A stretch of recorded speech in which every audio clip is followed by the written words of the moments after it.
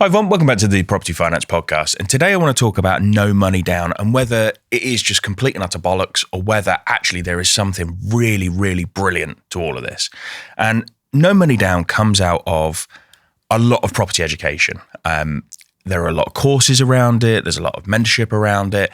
And there seems to be two versions of it. And there seems to be the missold version of no money down, which is that you can do any property deal, anything you like, with absolutely no money down. And then there's the version of none of your own money down. And there's a difference between the two. One is Bollocks, one is Brilliance. And I'm going to talk about each one individually and kind of bust some myths on both sides. So if we start off with the kind of no money down side. So my biggest pet hate with this side, and this is probably going to turn into a bit of a rant, but I think it's really, really important for people to understand this before they get into this side of property. My biggest bugbear with this side is people saying that you can do property deals with none of your own money and with no money down. Because in order to get into any deal, whether it's a bridging loan, whether it's a buy-to-let, whether it's a development loan, even rent-to-rent, lease options, option agreements, there is fundamentally a cost associated to getting in. First of all, you've probably paid for the education. That in itself, couple of grand. You're already money in. When you get into lease options, there is a legal fee associated to doing that deal. There is a legal fee associated to creating that lease option. When you get into option agreements, there is a legal fee associated to creating that option agreement. When you get into rent to rent, there is a legal fee associated to creating that rental agreement. When you get into bridging loans, there are valuations, there are legals. All of these costs happen before you're even in control of the property. The biggest one, especially when it comes to bridging, buy-to-lets, development loans, you are paying probably £10,000 in professional fees before you've even taken security of the property. So to say that you can get in no money down is really difficult, because where does that 10 grand come from? Because I personally have never, ever, ever come across an investor who would be willing to lend you £10,000 for essentially something that might not happen. And it's the same with like planning uplift or planning gain deals. If you're getting an option agreement or doing an exchange subject contract or anything like that, and there's a planning cost associated to doing something pre-project, nobody's going to lend you that money unless it's friends and family. But even then, there's a moral obligation from yourself as the investor, as the developer. You're putting that money at risk, because let's say I lent a friend £10,000, and let's say that friend then goes and pays for a valuation, legal fees, everything else that they're about to complete on that project, and then the vendor decides they don't want to sell anymore. That 10 grand is gone. There's no recouping that 10 grand. There's no safety net to that 10 grand. It is gone. That becomes the moral obligation then, because for many people, and this is why sophisticated investors require security, correct documentation, a plan.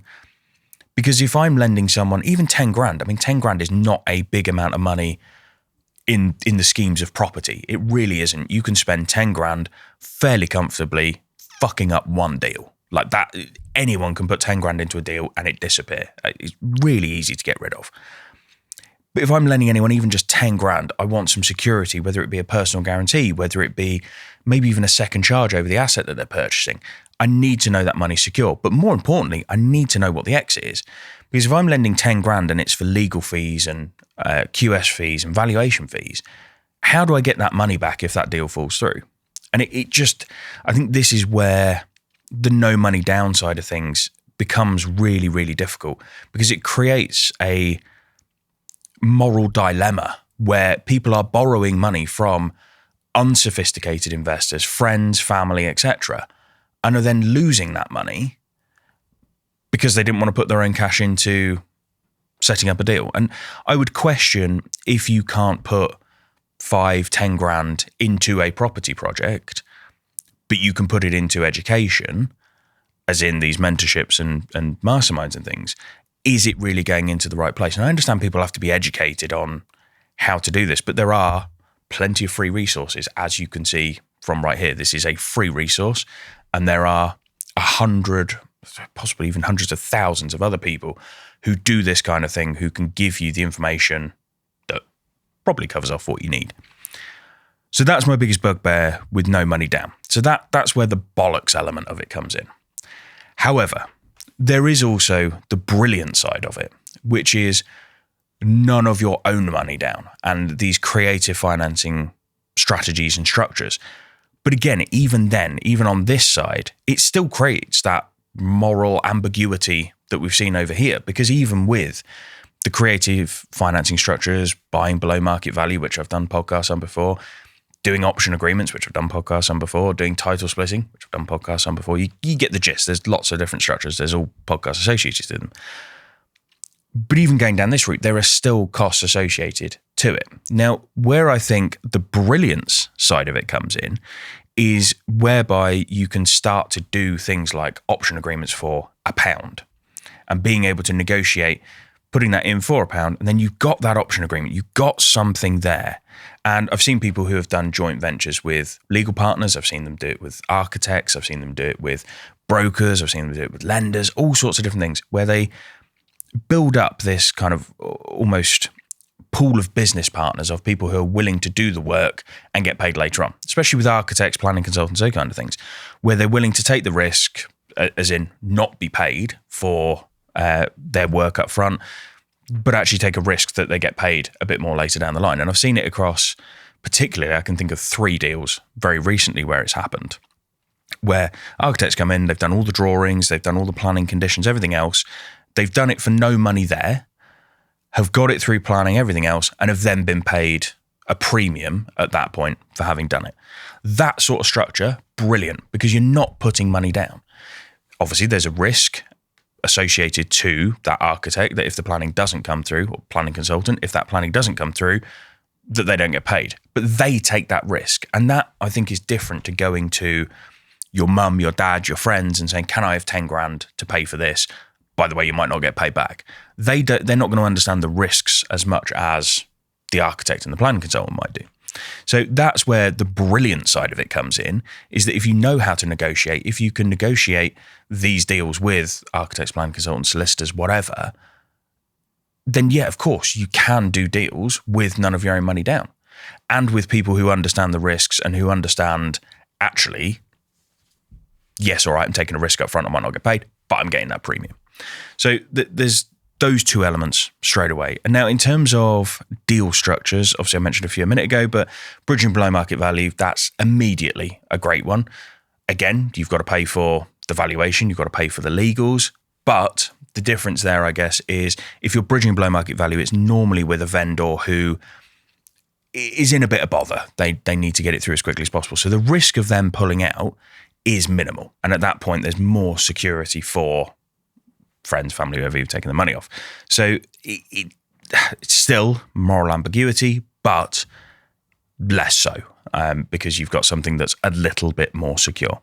So I think when it comes to no money down, it's just about, in your own mind as well, going into this with a fairly good idea that actually no money down is never going to be absolutely no money down.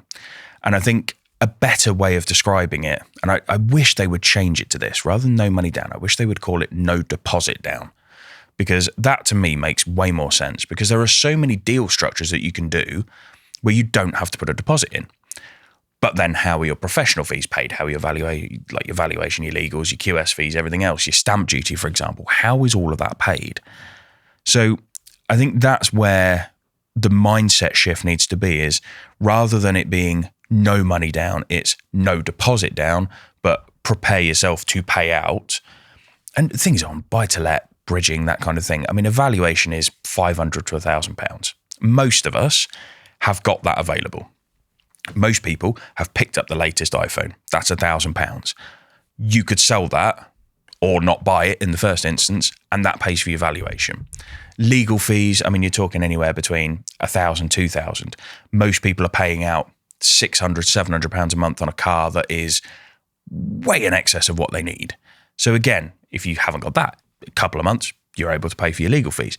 This is if you're really walking that breadline. I mean, most people have got a couple of grand in savings. And again, if you're on these courses, you've paid out thousands of pounds to be on the courses. So having the cash available to do those professional fees up front, I think should be okay for most people. So I think the mindset shift needs to be from no money down to no deposit down, and the focus needs to be on these creative financing strategies and getting investors in to cover that. And the other thing as well is that you might have 200-300 grand available. Doesn't mean you need to put it into the deal, because again, a lot of people think no money down is for, or no deposit down. See, I'm even falling into it myself, but no deposit down is only for beginners, people who are only just getting into property. But actually, most of the most sophisticated property developers, property investors that I know still use investors, because why would they put their own capital at risk when they can bring an investor in and cover that gap themselves? So again, this no money down, no deposit down side of things isn't just for beginners. It's about using it in a smart way as well. So hopefully that kind of covers off a bit of what I was trying to achieve in this, which was to give a bit of education around the myths around no money down.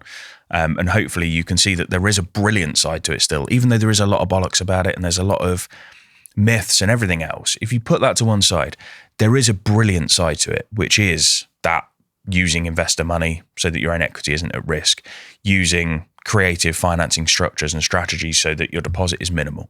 Those are the brilliant sides of it. And I think if more people focused on that, if more education focused on that, I think it will be a much more positively looked upon kind of strategy, if you like. I think there's a lot of negativity around it. And a lot of that's come from me as well. I mean, there's a lot of it towards that bollocks side of things.